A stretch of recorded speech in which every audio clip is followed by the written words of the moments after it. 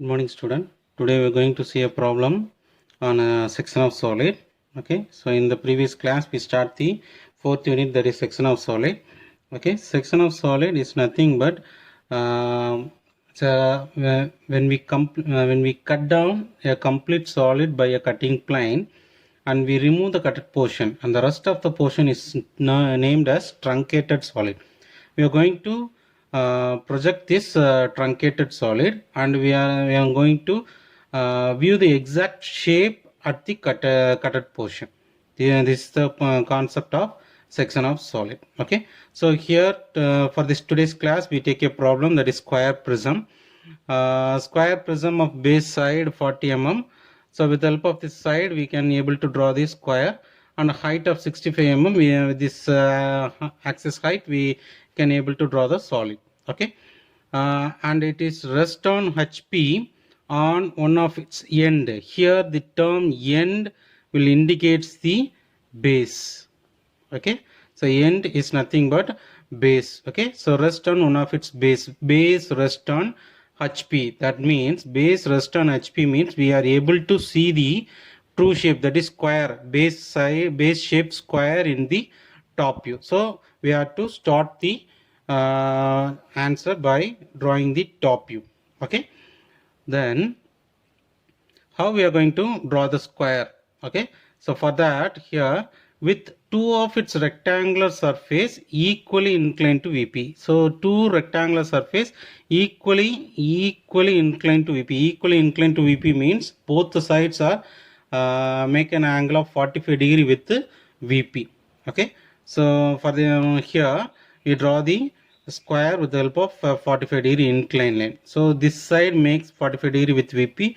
Similarly, if we project this line to this, also make an inclination of 45 degree. Okay, so ஒரு side மட்டும் என்ன செஞ்சா போதும், 45 degree எடுத்தா போதும். Okay, then it is cut by a plane. So up to this normal projection of solid question. Okay, so after this only we have a cutting plane condition.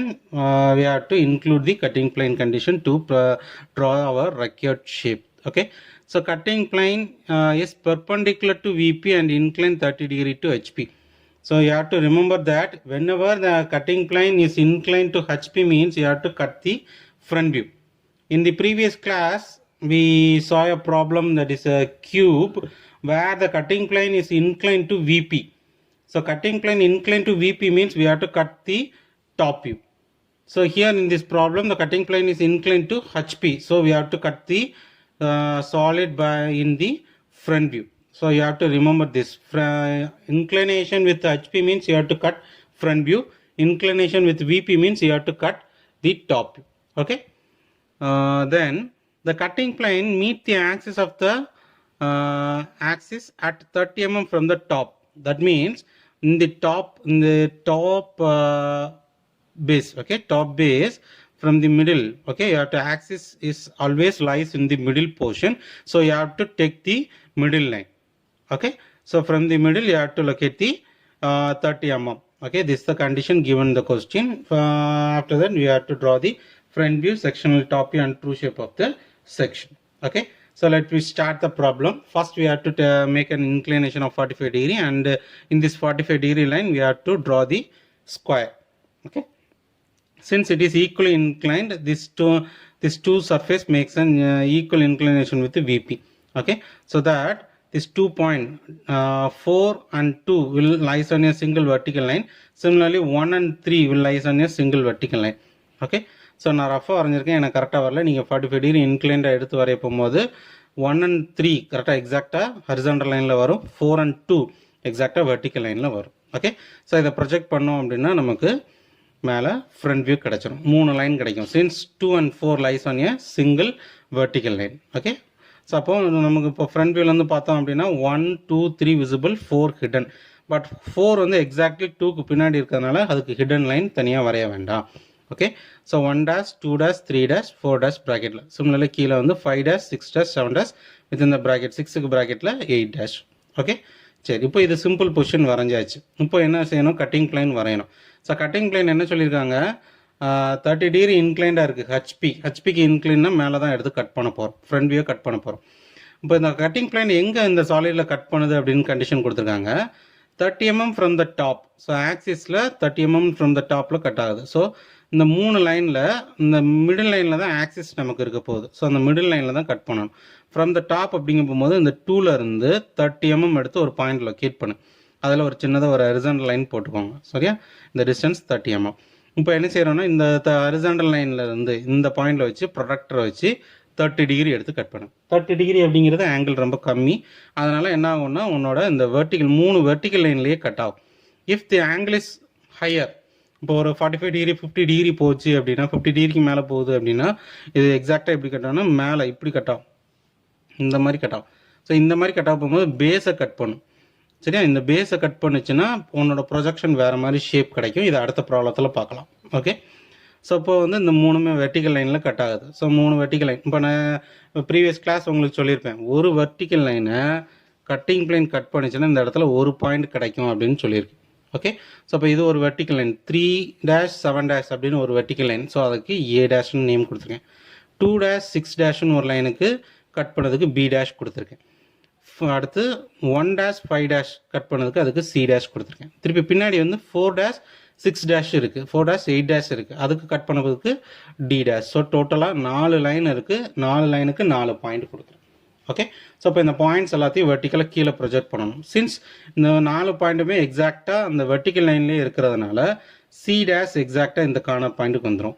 B வந்து இந்த corner point, D இந்த corner point, A இந்த corner point. So எல்லாமே இந்த corner பாயிண்ட்ஸில் தான் இருக்கும். ஏன்னா இந்த வெர்டிக்கல் லைன்ஸ் எல்லாத்தையுமே இங்கே கார்னர் பாயிண்ட்ஸில் தான் நமக்கு இண்டிகேட் ஆகும். ஓகே. நான் இப்போ என்ன செய்ய போகிறோம், இப்போ இதை வந்து ப்ரொஜெக்ட் பண்ணணும். ஸோ இப்போ இது இப்போது கட் இந்த இதை வந்து கட்டிங் லைன் வந்து டாட்டர் லைனில் போட்டுக்கோங்க. இந்த எண்டை மட்டும் H பென்சிலில் போடணும். So rest of the portion கீழே உள்ளது மட்டும் H பென்சிலில் போடுங்க. பேலன்ஸ் இது வந்து 2Hல தான் இருக்கணும். ஏன்னா இந்த போர்ஷன் தான் நம்ம கட் பண்ணி ரிமூவ் பண்ணிட்டோம். ஓகே. ஸோ அப்போ கீழே டாப் வியூவில் பார்த்தோன்னா இப்போ இந்த கார்னர்ஸில் தான் இருக்குங்கிறதுனால எல்லா போர்ஷனும் நமக்கு விசிபிளாக தெரியும். ஸோ இந்த ஸ்கொயர் ஃபுல்லாகவே H பென்சிலில் கம்ப்ளீட்டாக போட்டோம். ஓகே. ஸோ அப்போ இந்த போர்ஷன் செக்ஷன் போர்ஷன் பார்த்தோம் அப்படின்னா இதுதான் நமக்கு செக்ஷன் போர்ஷன். இதுக்கு நம்ம என்ன செய்யணும், ஹேட்சிங் பண்ணணும். ஹேட்சிங் அப்படிங்கிறது இன்க்ளைன் லைனாக பண்ணணும். எக்ஸாக்டாக 45 டிகிரி இன்க்ளைண்டாக போடுவாங்க, பார்த்துக்கோங்க. ஓகே. ஸோ ஹேட்சிங் லைன்ஸ் இப்போதைக்கு நீங்கள் வந்து 2H பென்சில்லே போடுங்க போதும். சரியா?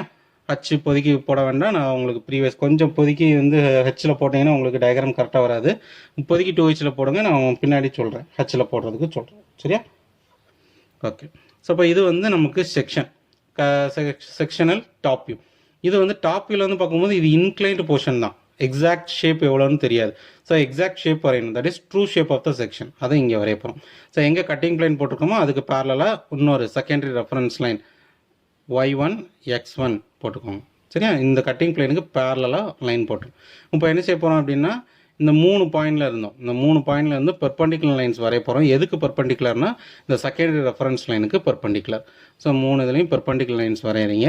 இப்போ என்ன செய்ய போகிறோம் அப்படின்னா இந்த ரெஃபரன்ஸ் லைனில் XY ரெஃபரன்ஸ் லைன்லேருந்து இந்த 4 பாயிண்ட் எவ்வளோ டிஸ்டன்ஸில் இருக்குதுன்னு பார்ப்போம்.